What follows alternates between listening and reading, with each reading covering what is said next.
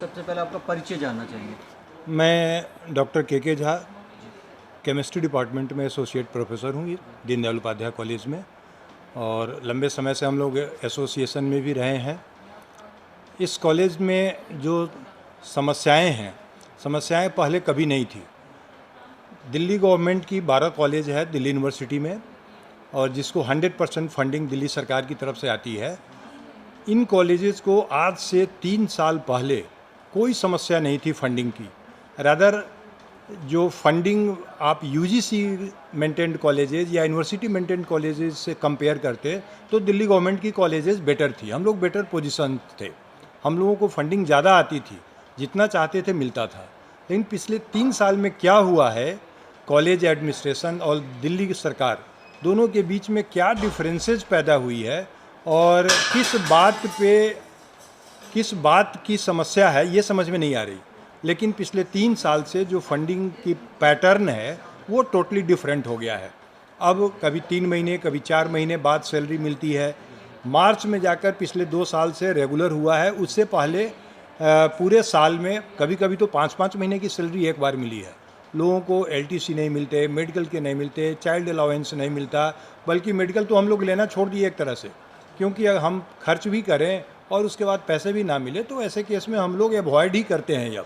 अब जिनको मजबूरी है, जिनकी सैलरी बहुत कम है, वो लोग, उनकी मजबूरी है वो करते हैं। अदरवाइज टीचर्स तो मोस्टली आजकल लेना बंद कर दिए हैं मेडिकल, क्योंकि इतनी परेशानी हो गई है, मिल नहीं रहा है। और सबसे बड़ी समस्या क्या हो रही है कि हम जैसे टीचर्स जो अब रिटायरमेंट के भर्ज पे हैं, साल 2 साल 4 साल में रिटायर होंगे, कभी कभी दिमाग में ये बात आती है कि क्या रिटायरमेंट के बाद भी यही परिस्थिति बनी रहेगी। अगर यही ऐसी ही परिस्थितियाँ बनी रही तो पेंशन के भी लाले पड़ जाएंगे, पेंशन भी समय पर नहीं मिलेगा। पिछले साल भी एक टीचर रिटायर हुए हैं, 2 टीचर अभी हाल में रिटायर होने वाले हैं, और ये देखा जा रहा है कि उनका रिटायरमेंट बेनिफिट नहीं मिल पाएगा समय पे। पिछले साल जो टीचर रिटायर हुए हैं उनका भी समय पे नहीं मिला है। बाद में जब ग्रांट आई तो टीचर्स की सैलरी रोककर पहले उनका रिटायरमेंट बेनिफिट दिया गया। और अभी जो 2 टीचर रिटायर होने वाले हैं, अगर इनको रिटायरमेंट बेनिफिट दे दिया जाए तो 1 महीने की सैलरी ऐसे ही कम हो जाएगी। तो जो सैलरी है समय पर अगर नहीं मिले तो एक तरह से वो डिनायल है। समय पर अगर सैलरी नहीं मिलती तो लोगों के साथ बहुत सारी समस्याएं हैं। आजकल तो ईएमआई वाली ज़िंदगी बन गई है। चाहे वो घर हो, गाड़ी हो, टीवी हो, कुछ भी घर में आता है तो लोग ईएमआई पे लेते हैं। गवर्नमेंट भी इनकरेज करती है कि आप पैसा खर्च कीजिए, पैसा खर्च होगा तभी देश का इकोनॉमी बना रहेगा। अगर समय पे पॉकेट में पैसा नहीं आएगा तो खर्च करने का पैटर्न भी चेंज हो जाता है। फिर लोग सेविंग्स की तरफ जाते हैं कि ज़्यादा से ज़्यादा पैसा सेव करो, सो दैट अगर सैलरी नहीं मिलती तो उस समय काम आएगा। नहीं चलता। आज कॉलेज में आप देखेंगे कि जितने भी टीचर्स हैं मोस्टली बैंक से ओडी ले रखे हैं, 3 महीने का ओडी, और वो इंटरेस्ट पे करते हैं। जब सैलरी नहीं मिलती है तो ओडी से पैसे उठाते हैं और 12% इंटरेस्ट पे करते हैं बैंक को, या पीएफ से पैसे निकाल कर, और तब घर का काम कर रहे हैं, खर्च कर रहे हैं।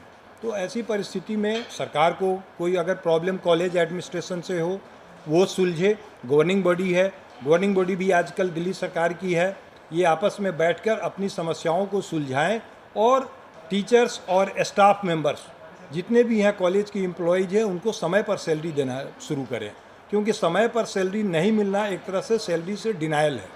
सर ये तो समय पे सैलरी की बात है, लेकिन जो पैसे काटे जा रहे हैं, अब कहा जा रहा है कि 30,000 रुपये भी कट रहे हैं सैलरी से। अब जैसे अभी हुआ है, जुलाई की सैलरी अभी दी गई है, जिसमें एसोसिएट प्रोफेसर एंड प्रोफेसर्स उनके 50,000 काटे गए हैं, और जो उसके नीचे हैं असिस्टेंट प्रोफेसर्स उनको 30,000 काटे गए हैं। ये सैलरी तो मिलनी ही नहीं थी इस महीने, क्योंकि इनके पास 50% सैलरी देने को पैसा था। कुछ पैसा यूनिवर्सिटी से आ गया फ़ी कलेक्शन के कारण। अभी जो बच्चों का एडमिशन हुआ है 2nd ईयर 3rd ईयर में, उसके पैसे फ़ी कलेक्शन के आए हैं। तो दबाव डाला गया है एसोसिएशन की तरफ से कि भाई टीचर्स डे है, टीचर्स का कुछ तो ख्याल करो। तो ऐसे में जो पैसा था वो देखा गया कि अगर 50,000 यहाँ कट कर लेते हैं और 30,000 यहाँ कट कर लेंगे तो पैसे दे सकते हैं। कुछ पैसे हर टीचर को मिल जाएगा, क्योंकि इसके बाद पैसे अब नवंबर में मिलने हैं, इससे पहले सैलरी मिलेगी नहीं। अब ज़रा सोचिए, सितंबर महीने का, अगस्त का सैलरी सितंबर में मिलना चाहिए, वो हमें नवंबर में मिलने की उम्मीद है। तो जो अभी सैलरी मिल गया इससे बचा करके हमें अक्टूबर तक चलाना है, क्योंकि दिवाली भी ऐसे ही निकलेगा। ग्रांट ही दिवाली के बाद आएगी।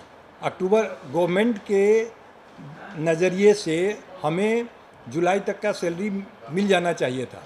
अब पहले मिल गया, अब अगस्त सितंबर अक्टूबर इस 3 महीने की सैलरी का ग्रांट आ चुका है हम लोगों का गवर्नमेंट के नज़रिए से, क्योंकि ग्रांट कम आ रहा है। पहले 38 करोड़ का बजट था तो 32 करोड़ दिया।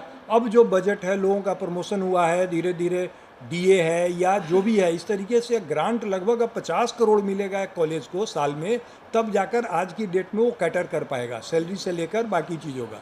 और गवर्नमेंट 32 करोड़ दे रही है या 28 करोड़ दे रही है, तो कहाँ से होगा? ये गैप तो बना रहेगा। अल्टीमेटली मार्च महीने में अगर यही चलता रहा तो 3 महीने की सैलरी हम लोगों को नहीं मिलने जा रही है।